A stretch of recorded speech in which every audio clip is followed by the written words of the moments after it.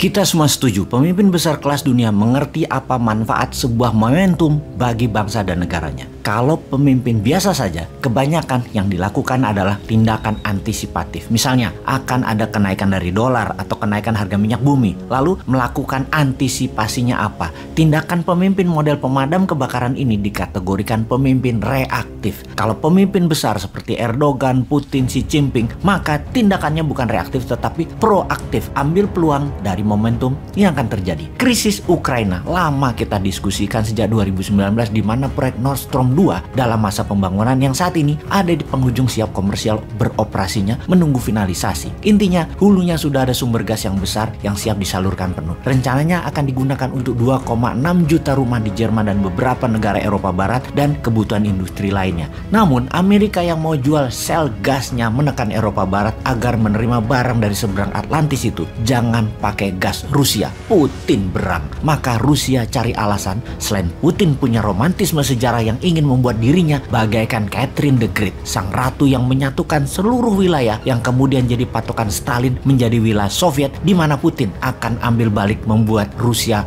baru. Alasannya Putin tidak mau NATO ada di pagar Rusia. Kalau NATO masuk, negara yang diambil NATO tersebut akan dianeksasi, diserbu, dan diambil. Kembali ke Xi Jinping. Dalam masa yang cepat, Xi Jinping dan Putin baru saja menandatangani sebuah kontrak dagang senilai 118 billion dolar untuk transaksi Tiongkok beli minyak dan gasnya Rusia. Dengan tawaran tersebut, kalau gas Rusia tidak ke Eropa Barat, sebagian diambil Tiongkok. Itu jenius. Lalu apa yang Tiongkok akan lakukan? Begini, kalau mau melihat sebuah negara, jangan melihat negara tersebut dalam jangka pendek. Lihatlah kelakuan mereka selama mereka bernegara. Tiongkok dalam 70 tahun terakhir adalah Tiongkok yang sama sejak awalnya negara ini berdiri, terlepas di bawah pemimpin yang namanya Mao Zedong, Deng Xiaoping, sampai pemimpin saat ini, Xi Jinping. Sama cara melihat diri mereka sendiri atau geostrategi dan geopolitik negara mereka. Sama juga dengan cara mereka melihat dunia di luar mereka atau nation interest-nya. Selalu sama. Cara bertindaknya saja yang berbeda-beda.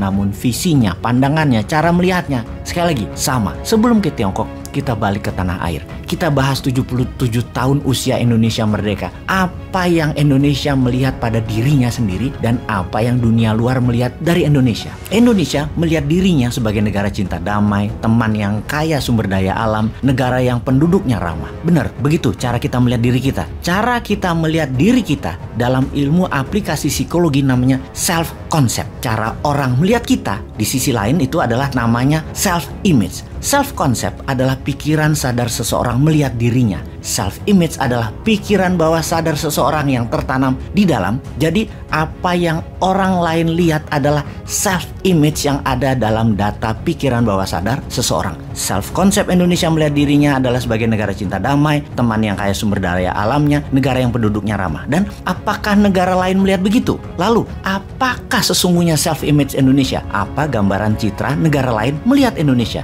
Indonesia itu di buku putih Departemen Pertahanan negara tetangga seperti negara Malaysia, Singapura, Australia melihat Indonesia adalah ancaman karena Indonesia citra dirinya yang dibaca oleh mereka adalah negara agresor. Sesungguhnya bawah sadar aslinya Indonesia itu adalah negara pejuang, negara global player, pengendali atau domination country yang semua itu dimainkan dengan baik oleh Gajah Mada, Hang Tuah, Prameswara, Sriwijaya dan hingga presiden pertama kita, Soekarno. Karena itu, bagi negara yang butuh Indonesia, tidak boleh hadir lagi pemimpin Indonesia yang agresor, yang berani, yang punya jaringan internasional, yang banyak referensi berpikir dengan buku, dan dikelilingi orang cerdik pandai level dunia. Tidak boleh ada lagi. Negara dengan pemimpin besar sangat peduli dengan negaranya, akan selalu mengawasi negara yang punya sumber daya alamnya agar bisa selalu mereka kendalikan. Saat ini, tentunya pemimpin Tiongkok Xi Jinping dan siapapun pemimpin Amerika penting mengambil kendali kepatuhan Indonesia. Inilah mengapa konsep Newman yang tidak akan patuh pada Tiongkok dan Amerika ditentang banyak orang yang kena doktrin old mind.